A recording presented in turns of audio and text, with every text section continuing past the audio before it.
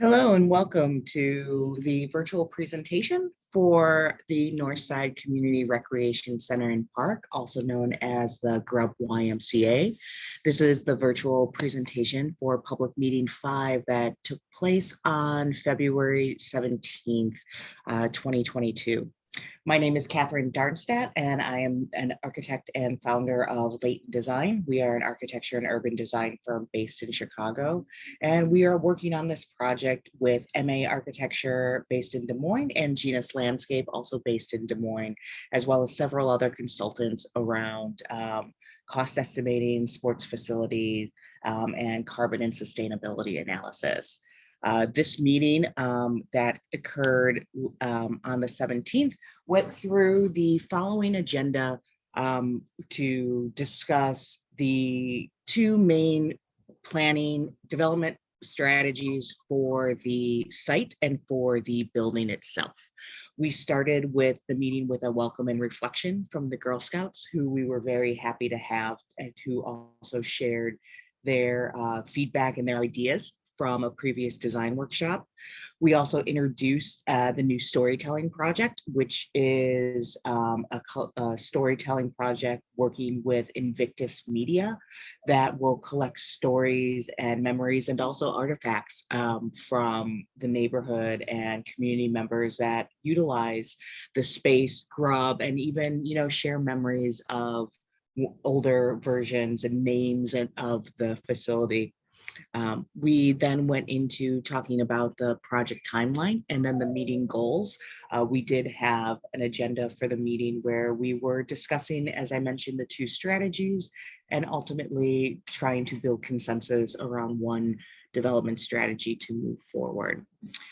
We then went into the bulk of the meeting, what was discussing those two strategies and laying out different variations around funding and fundraising options for both renovation and new construction, and then closed with a long format, large group community discussion on the pros and cons of each, and ultimately ended with a vote and then next steps.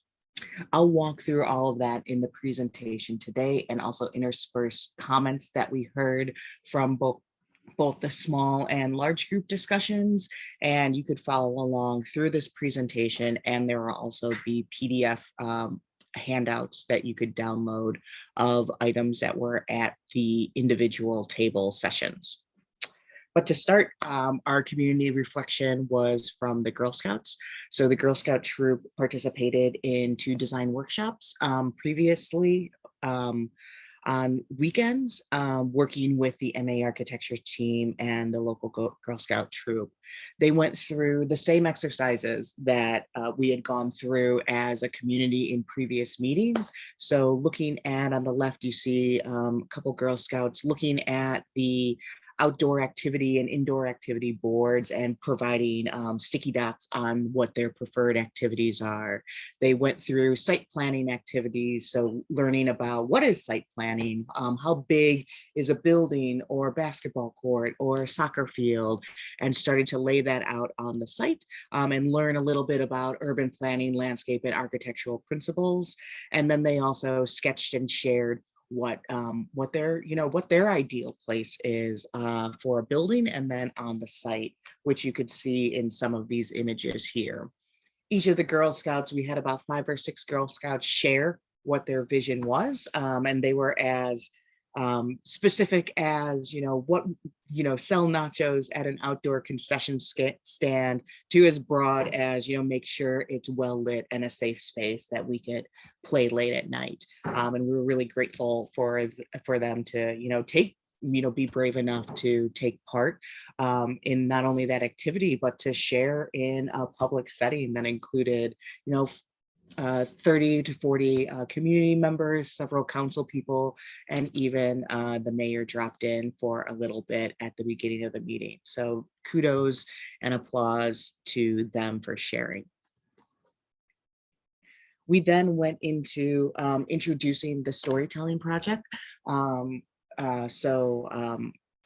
We talked about how this storytelling project is a digital initiative, so both video, audio, and photography to capture stories and memories of Grubb, of Dowling, of how people are using the building, the space, and how recreation and spaces for community, what that importance means for them. We are working with Invictus Media, who the founder, Jennifer Catherine King, shared a little bit about Invictus and her background and story, shared that as well as shared dates for the drop-in sessions that would be happening for these recordings. We have drop-in sessions Thursday evening, February 24th from 4 to 7, and then Saturday morning, February 26th from 10 a.m. to noon. At these sessions, which are planned for about 20 to at least 30 minutes, it'll be open-ended questions that'll be asked to the participants. They'll be recorded, and then also if they're bringing an artifact like a picture or a letter that is related to the Grubb YMCA or Old Dowling or related to the project in some way, that will be also recorded and photographed for future use, and hopefully a compilation that kind of expresses and captures what some of those memories are. We then jumped into kind of the heart of the meeting and, always revisiting what our vision is for this project, which is to serve community needs and provide opportunities for recreation through a vibrant design, both a design of a building, whether that's renovated or a new construction, and also a surrounding site that is safe, well lit, and enjoyable for future generations and for many years to come. We have always been grateful that the planning process and the community has shared a vision. They have shared recommendations. They have shared their thoughts, their emotions, and their concerns. And each meeting has been building upon previous information where we as a design team have been refining our approach and bringing new information, and then in turn having new discussions and decisions being made with the community as a whole.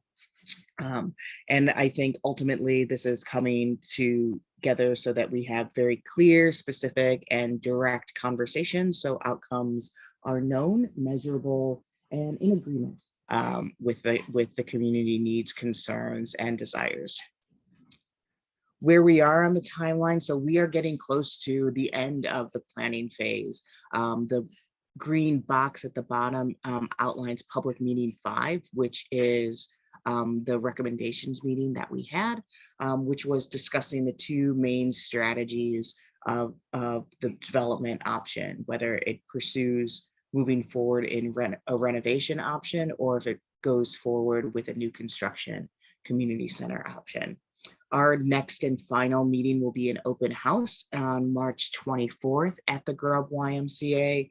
That meeting I'll talk about a little bit more of that format towards the end of this presentation.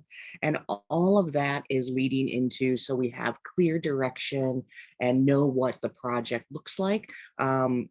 Going into a fundraising phase that starts later in 2020 and moves into 2023, and then ultimately moves into the RFPs and procurement for the design of the facility, and then the construction or renovation of the facility so that we can get to an opening in 2025. So we talked a little bit about that timeline and the milestones and where we are in this process and how that informs where we're going next in the process. So the meeting goals the meeting were to share 2 design strategies. So I'll walk through those in this presentation. There are 2 main design strategies: a renovation or new construction. And we walk through that as a large group and then discussed in small groups. So the room format was similar to previous meetings where we had small groups of about 6 or 7 at each table. And they, after sharing each strategy, they were able to discuss in small groups, ask questions, look at the diagrams more closely around each strategy. And then we came back and discussed both as a large group, answered questions, had conversations back and forth between community members, and ultimately it came to building consensus around one strategy for the design team and to move forward in that direction with more information, more detail, and ultimately as the direction and the decision of the community of how to progress on this project. We started with reminder and reflection on what we do know about the project. We do know that $12 million is already funded for the construction or renovation of a facility. So it's towards construction and the base site amenities. So those base site amenities, including upgrades for landscape ordinance, parking enhancements, sidewalk enhancements, and some basic basic site upgrades. Any additional site upgrades that we're talking about, like an outdoor concession stand or pavilion, would be part of that fundraising phase of the project. We do know that the future fundraise amount is unknown at this time. So that's the risk. And we talked about that risk in the meeting. What does a building look like if fundraising is $1 million? So it's a $13 million budget. What does it look like if it's 3 million? What does it look like if it's 6 million? And that changes the type of building or renovation, kind of the scope of work and that's possible, and the scope of design and vision that's possible. But it is also a risk because you're selecting, as a community, you're selecting a pathway to move down with an unknown phase moving forward. And so there was a lot of discussion around that at the meeting, and a lot of good conversation between community members around, comfort with risk and comfort with taking that on as a challenge and thinking through where a fundraising strategy might come from. We did know and reiterated that the program priorities were established from all the previous meetings. So again, from those sticky dot exercises of seeing where program priorities were, from analyzing Grubb data, 5 years of Grubb data of not only member and user counts on kind of a monthly basis, but then also the activities that were happening at the facility. So that informed how we plan spaces and what we prioritize in terms of spaces that are included in the options shared. And ultimately, it's about investing in the future. Every meeting we hear about, we're investing in the future. We're investing in youth that aren't using the facility yet or don't feel comfortable using the facility yet. And we also know that that has to also be part of future outreach to make sure people do know that the facility exists, it's for them, it's affordable, it's accessible, and to make sure we're drawing more neighborhood and more community to take ownership of the space and this process. So from there, we kind of answered just brief questions and then jumped into the first strategy of looking at existing buildings. So looking at the existing building, which is a renovation strategy. In this process, I'll kind of walk through what we shared and how the presentation worked, and some comments that we heard will be interspersed throughout. So we started with, here's a $12 million. We know we have $12 million towards construction funding. So how far does $12 million go within the existing building? So on this slide, and these sheets were also printed out and were available at each of the tables. What you see, the upper left, you see kind of an isometric of the building. And then you see a series of numbered callouts that correspond to the text below that has more detail.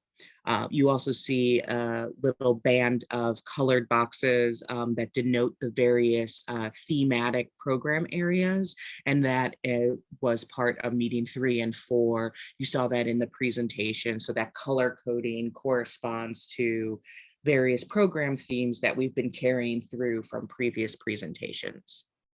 On the right, you do see a broad cost breakdown that outlines both cost per square foot, project contingency, construction contingency, escalation, and then also the overall square footage associated with the project that the strategy that we're looking at.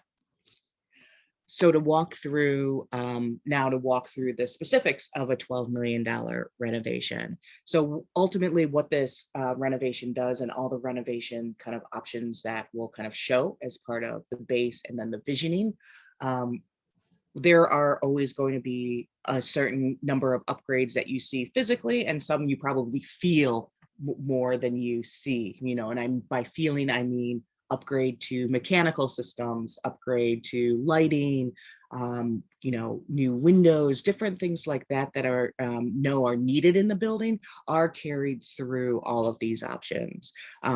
We want to start with knowing that the existing pool that will be upgraded to kind of have a refresh of the room itself. It will also, the mechanical system and plumbing system will be upgraded to be usable and functional and open again, and it will still be programmed and supported to have multiple concurrent programming for both adults and for youth in the space. But the goal is to make that functional, to make it upgrade the mechanical systems, and then to make it long lasting and durable.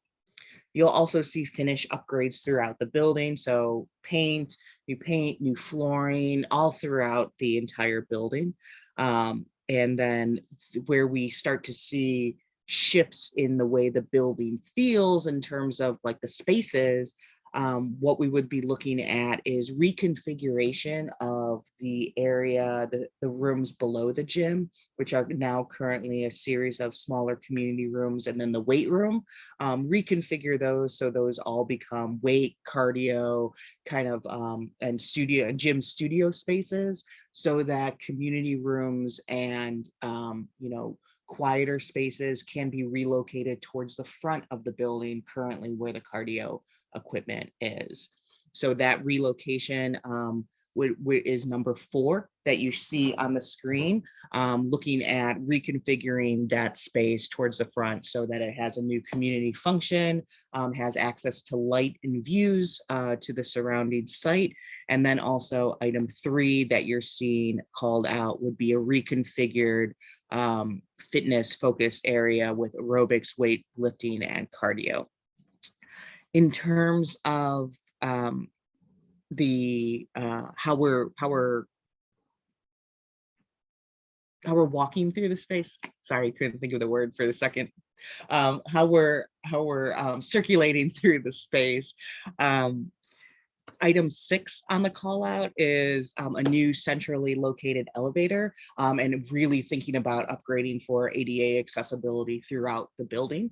With the new elevator, which is called out at number 6, that allows for better circulation throughout, more centrally located and better connections, and hopefully starts to pull some of that large circulation space that's a big percentage of the building, start to provide better use towards it and more efficiency. And finally, we want to talk a little bit about the site. So you see the full site plan that goes from 9th to 11th and along College. We're looking at the northern end of the site, which is called out as number 11.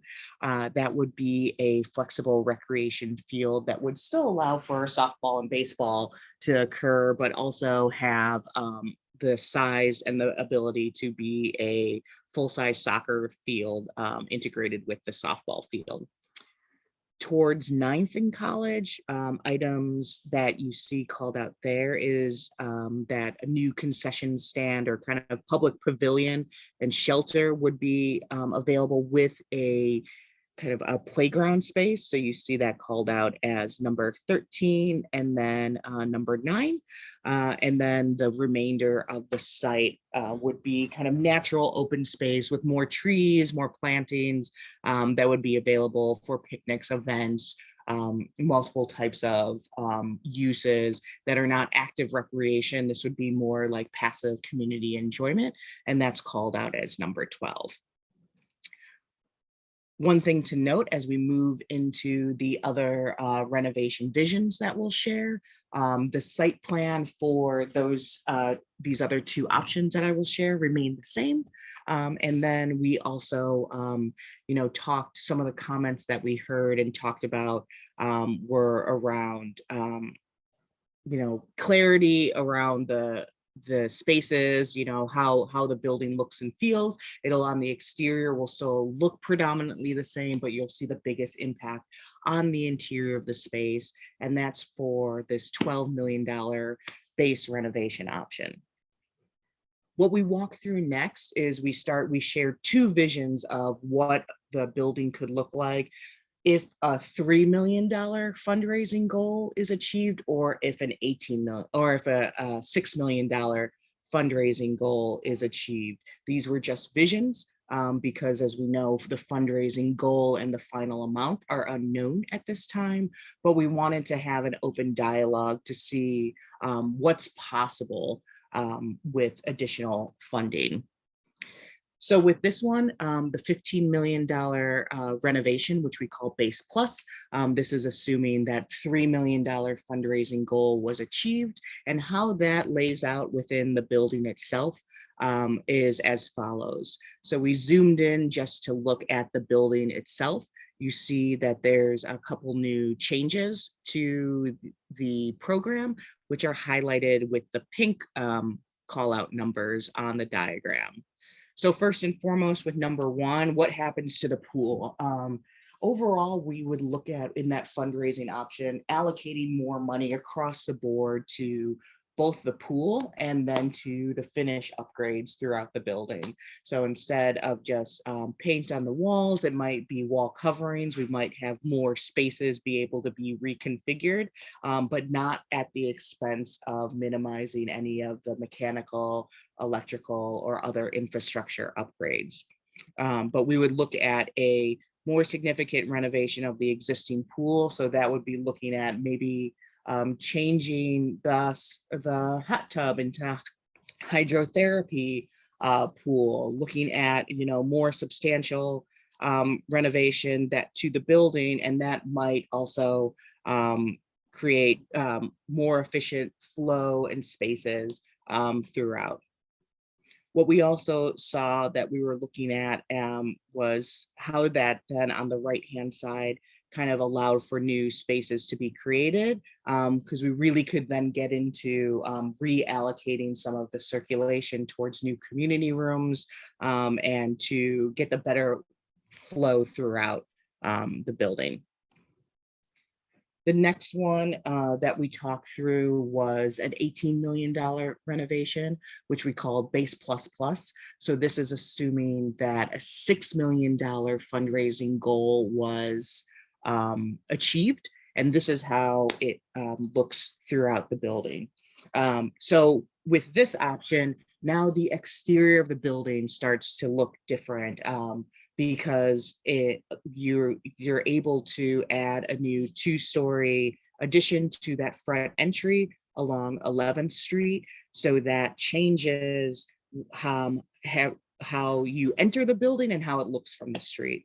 So number 2 on the call out talks about having a new 2-story entry and building addition off of 11th Street, and then taking that whole front of the building itself and creating a series of new community rooms across both floors. So that's called out as number 3. So adding new programming spaces. Number 4, which is called out and shown in the yellow boxes, would be new fitness and flexible studio spaces that could be separated specifically from like the weight room and cardio spaces, which are shown in number 5. Why we did that, and this opportunity allows for spaces to be more acoustically separated and then to have more flexible community spaces available for use and then directly connected to a new entry.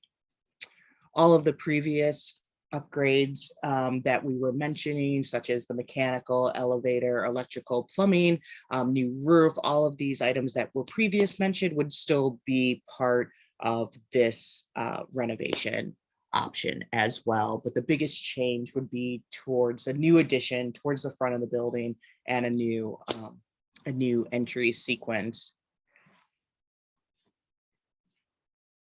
Now switching, we're looking at a program diagram. So this is to scale of showing the size of various proposed program rooms, broken down into that color-coded category of pool, gym, fitness, community, out of the box, which are new spaces that we heard from our previous programming meetings.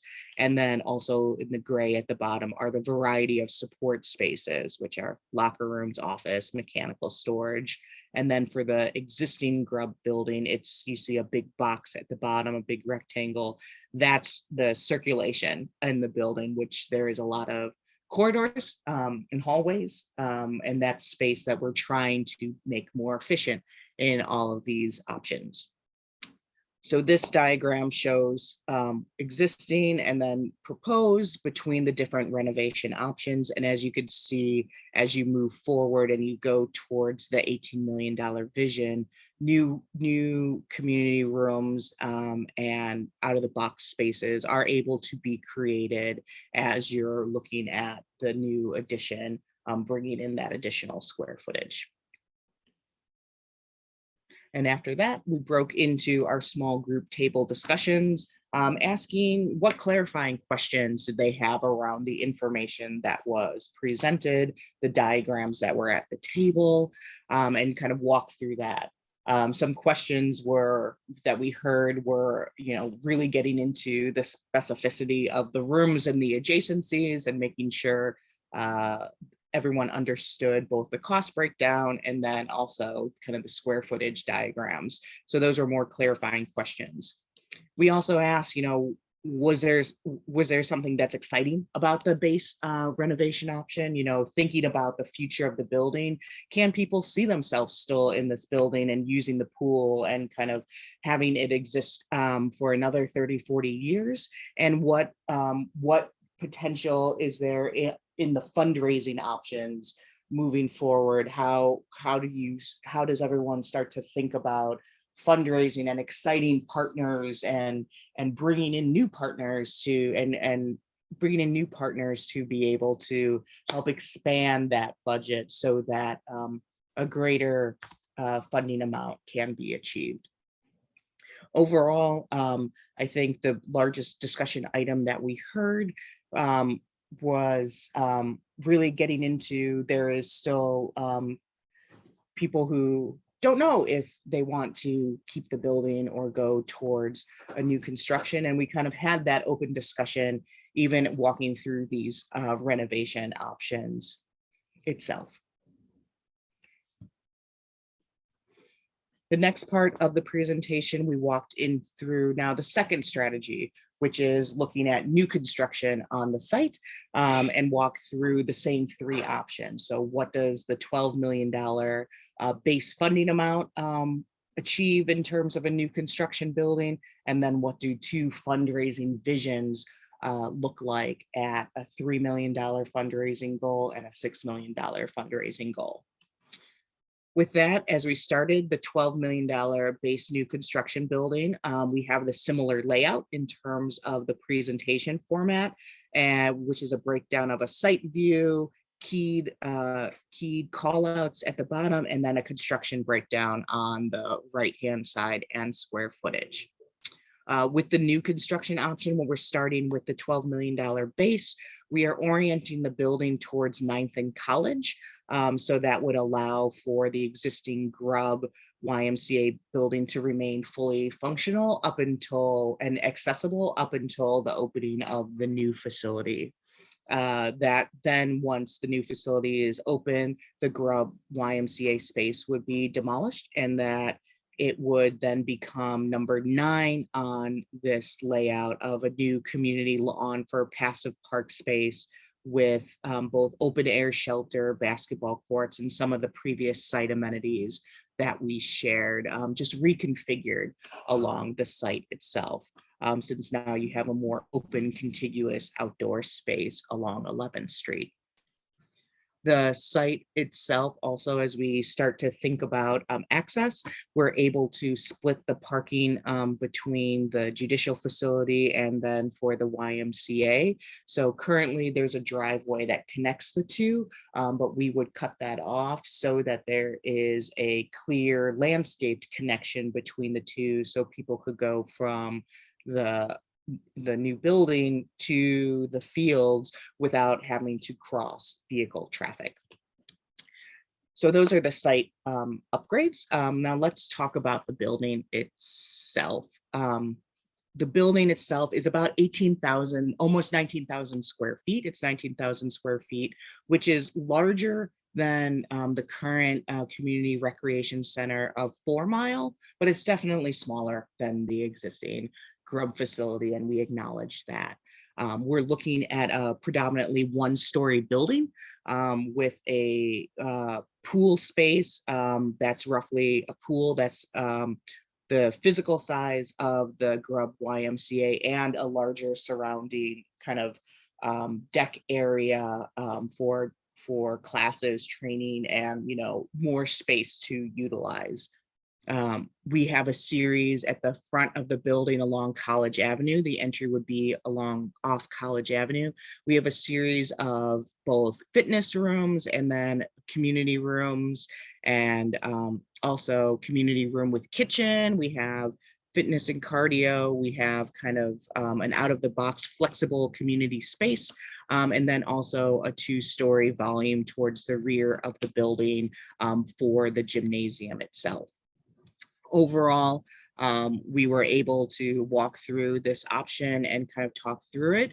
And some of the comments back were, people wanting to know where does a 19,000 square foot building exist in the city that they could go visit to kind of get their head around how big, how much, and the efficiencies of it. So we recommended either 4 Mile, which is smaller, or Pioneer, which is larger, which were close in size. There was a lot of discussion also around that this is just a smaller building, and is that acceptable or not? And that was a good discussion to have, because for many people, smaller isn't necessarily better, even if it does have a pool in it. And so with that, then we went forward and said, well, okay, we know there's 12 and we know there's also a fundraising phase. So what does a $3 million fundraising goal look like to get to a $15 million construction budget? And again, we zoom into this option because some of the site amenities will stay the same between these options. But, making that fundraising goal has a lot of changes that we could start to see within the building itself. And that is because there's kind of efficiencies of scale as you start to create larger volumes of space. And then also can start to and have to reorient the building on the site, which has positive benefits.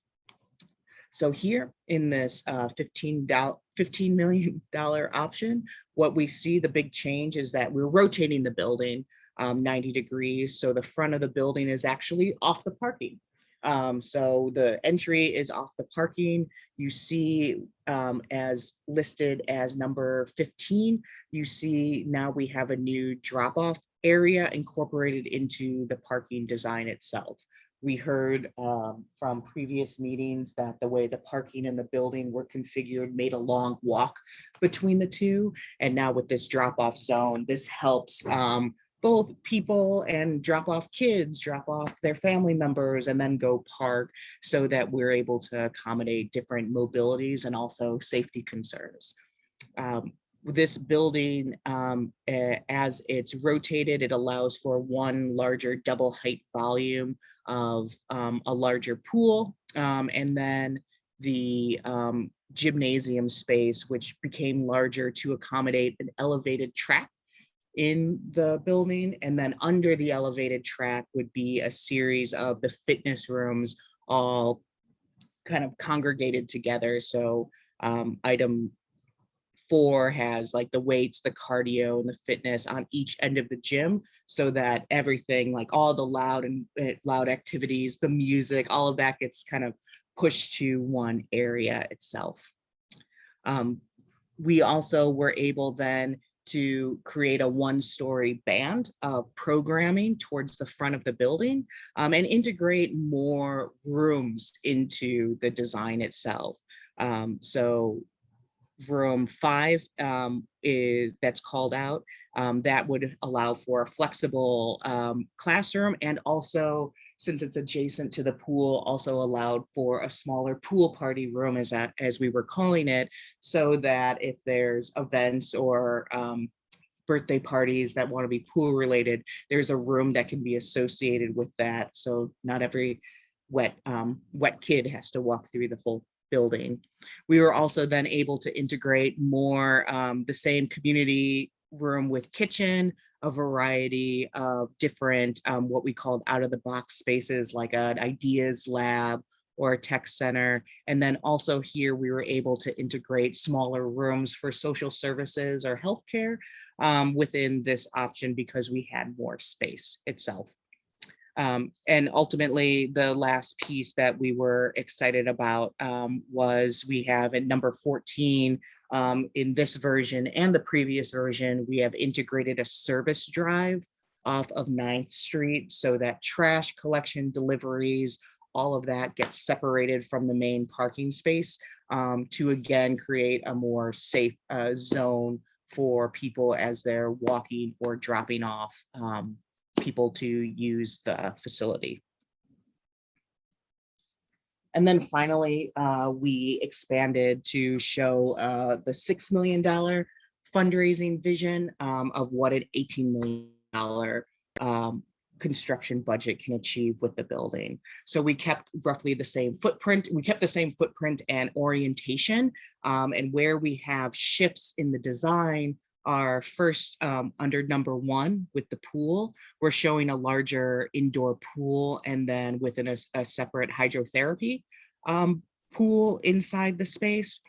We are keeping the same gym and elevated track and cardio program that is shown in number 2. The court size would be NBA court size versus the high school court size currently in Grubb. And then the biggest change would be that we would add a second floor of community programming to the front of the building, which is called out in items 5 and 6. So you would have 2 floors of community programming versus 1, which at this option, this takes the building square footage up to 40,000 square feet, which ends up at the same as the current Grubb facility, just with more efficiencies throughout. As we went through, and then now we compared this in terms of the program diagram between the 12, 15, and $18 million options, you see how the building shifts and the rooms are added, and the sizes are, the sizes of the rooms are reconfigured. And so to summarize the $12 million option, you do have, all of these have a pool and a gym. Where there's a difference are the additional amenities that come with fitness, community, and out of the box spaces. The $12 million option ends up around 19,000 square feet. The $15 million option ends up around 28,000 square feet, which is similar to the usable space of the current Grubb facility. And then the $18 million option ends up around 40,000 square feet, which is equal to the same gross square footage of the current Grubb facility, but would have more usable square feet. So we talked through these diagrams and made sure everyone was understanding what each zone and space meant, and then could ask questions about the square footage breakdowns. And then that helped inform the small group discussion, which also had same questions as we asked earlier. Do you have any clarifying design or program questions? Are you excited about the base construction option or some of the visions? Of course, naturally everyone was more excited about the vision for an $18 million option than the 12. And that became part of a really good discussion of, what is a risk of moving forward in a direction, and is there comfort knowing that if new construction is selected, that $12 million option is smaller than the current Grubb, but do people, and as it was said in the meeting, are people willing to dare to dream to try and get to 18 million?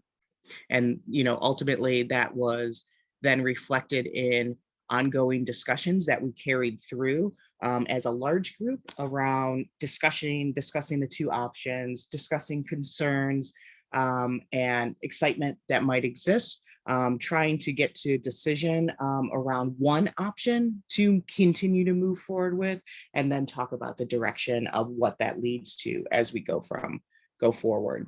That discussion lasted 30-45 minutes or so, and lots of questions were asked. We did have then kind of a quick straw poll vote towards the end of the meeting, and we found that a majority of people at the meeting wanted to move forward in the new construction direction versus the renovation. It was not unanimous. There are still people who really do want to put the funding and the effort towards renovating the existing building. There are people who express their opinions around, can we see options with no pool versus a pool, just to see the cost efficiencies that come with different spaces. And all of that was discussed in the meeting. And then there is an associated survey that is available on the website where people can review these options and who were not present at the meeting. So the people who are listening to this recording right now, you could go to the website and fill out a survey that talks about, that answers, allows you to provide your input around some of these options, provide your input around a direction that the community and the city should move forward with, and then share any additional concerns that you might have. The slides that I just went through are showing the updates on the website. So again, you'll have public meeting 5, you'll have the recording, the presentation, and a link to the survey. And then upcoming, we have public meeting 6 on the 24th of March, which will be back at the Grubb YMCA. And so with that, I thank you for spending, the last few minutes with me walking through this presentation. We look forward to hearing your feedback, either through the survey or hopefully at the next meeting. And what we'll be doing at that next meeting is sharing kind of a summary of the whole entire programming phase, what the team's final recommendation is based on the feedback from the meetings and the surveys, and then more clarity on the specific next steps moving forward of programming closeout, fundraising, design, and construction, ultimately always looking towards 2025, where we're walking into the front door of the new Northside Community Recreation Center. So thank you and have a lovely day, and I look forward to talking with you again soon.